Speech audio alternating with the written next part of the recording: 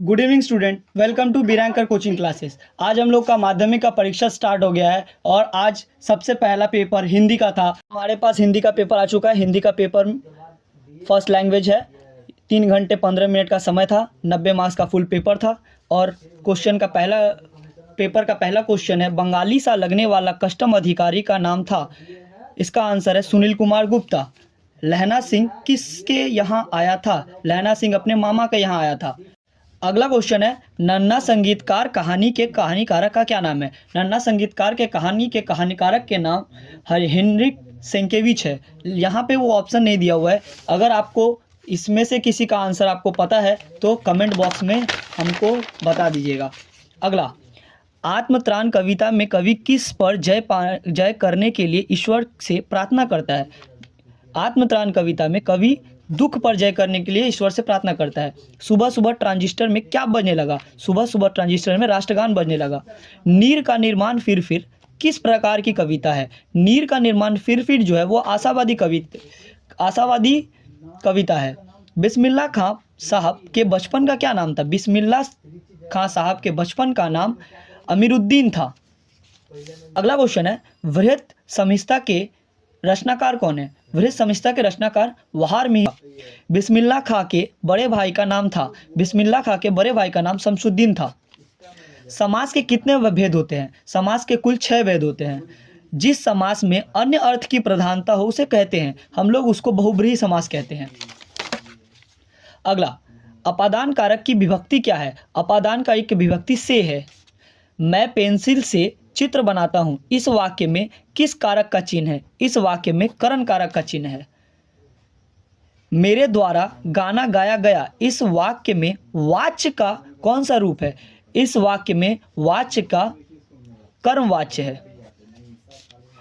विजया पत्र लिखती है, इस वाक्य में कौन सा वाच्य है? इस वाक्य में कृतवाच्य है। जिसमें सामासिक पद का पूर्व पद गौण और उत्तर पद प्रधान होता है उसे कहते हैं, उसे हम लोग कर्मधारय समास कहते हैं। अगला क्वेश्चन है, परिश्रमी छात्र अवश्य सफल होंगे, यह वाक्य है, यह एक सरल वाक्य है। तो हमारा एमसीक्यू यही रहा। एमसीक्यू सॉल्व हो गया। ये एमसीक्यू है, किसी को अगर मिलाना है तो फिर से आप लोग मिला सकते हैं।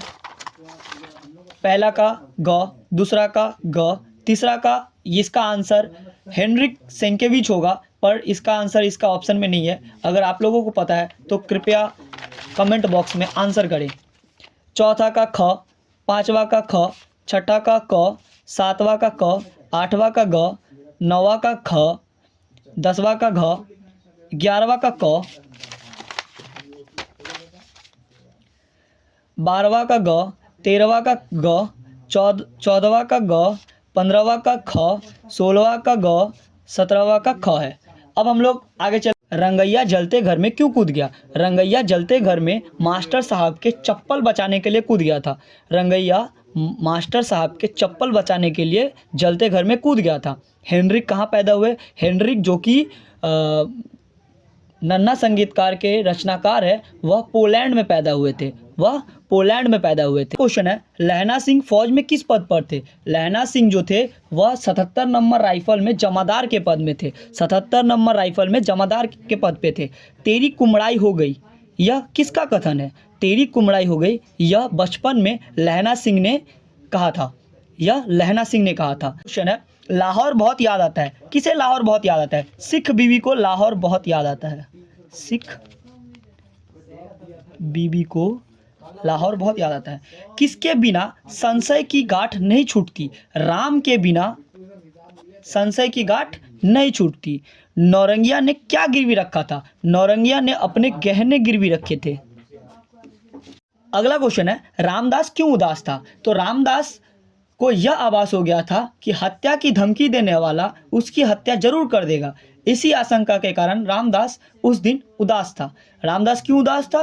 रामदास को यह आभास हो गया था कि हत्या की धमकी देने वाला उसकी हत्या जरूर कर देगा।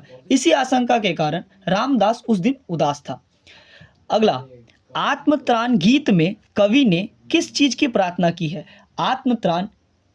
आत्मत्राण गीत में कवि ने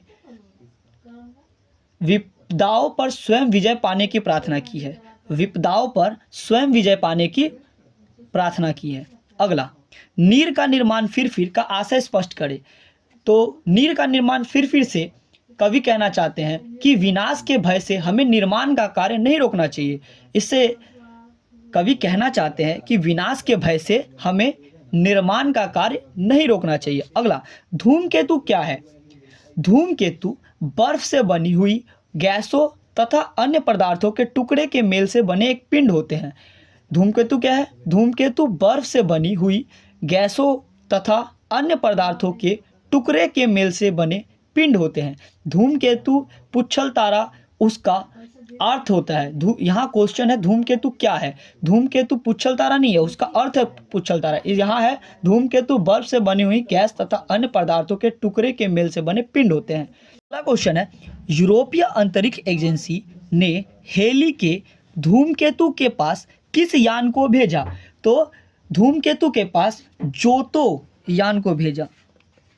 अगला क्वेश्चन है, बिस्मिल्लाह खां साहब किस लिए प्रसिद्ध थे? बिस्मिल्लाह खां साहब शहनाई वादक के रूप में प्रसिद्ध थे।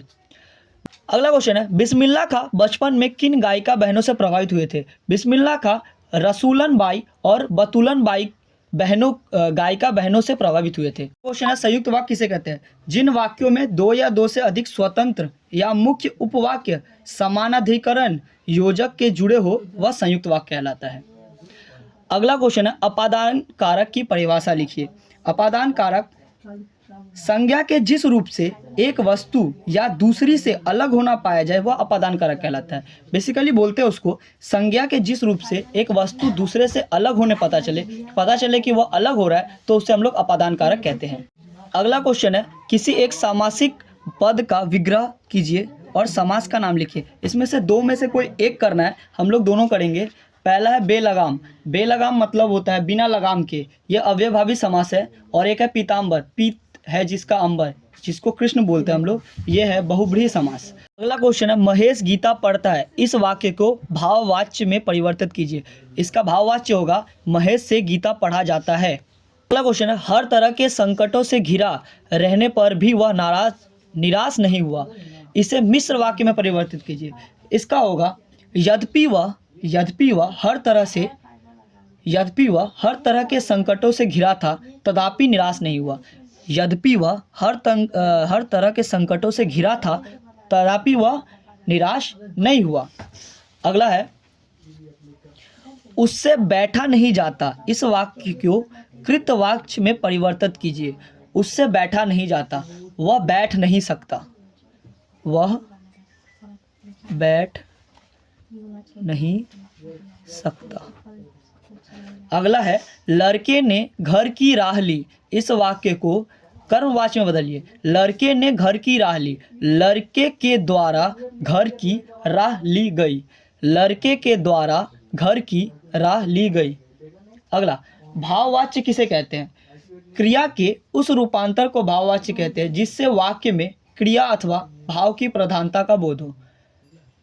क्रिया के उस रूपांतर को भाववाच्य कहते हैं जिससे वाक्य में क्रिया अथवा भाव की प्रधानता का बोध हो। क्वेश्चन है, अव्ययभावी समास समास की परिभाषा लिखिए। अव्ययभावी समास वह समास जिसका पहला पद प्रधान हो तथा अव्यव हो, जिसका पहला पद प्रधान हो और अव्यव हो, उसे हम लोग अव्ययभावी समास कहते हैं। तो इसी के साथ हम लोगों का MCQ और SAQ सॉल्व हो गया और हम लोग इंग्लिश टू हिंदी एक बार देख लेंगे। हमारे पेपर में एक सेक्शन होता है जिसमें हम लोग को इंग्लिश टू हिंदी में अनुवाद करना है, जिसमें इस बात दिया हुआ है, man is a social animal, मनुष्य एक सामाजिक प्राणी है। He can not live and no person can be happy without sincere friends. सच्चे मित्रों के बिना वह जीवित नहीं रह सकता और कोई भी व्यक्ति खुश नहीं रह सकता। But selfish persons can not get friends, परंतु स्वार्थी व्यक्तियों को मित्र नहीं मिल पाते। You can not receive love unless you give it. जब तक आप प्यार नहीं देंगे तब तक आप प्यार प्राप्त नहीं कर सकते। Love is to be obtained only by giving love in return. बदले में प्यार देकर ही प्यार प्राप्त किया जा सकता है। और इसी के साथ हम लोगों का पेपर ख़त्म हो चुका है और जो लॉन्ग क्वेश्चन है इसको हम लोग यहाँ पे सॉल्व नहीं कर पाएंगे, तो इसी के साथ हम लोगों का पेपर सॉल्व हो चुका है। जिसको भी ये पेपर पसंद आया वो अगले दिन ज़रूर आए। अगले दिन हम लोग अगले पेपर को सॉल्व करेंगे। थैंक यू, धन्यवाद, जय श्री राम।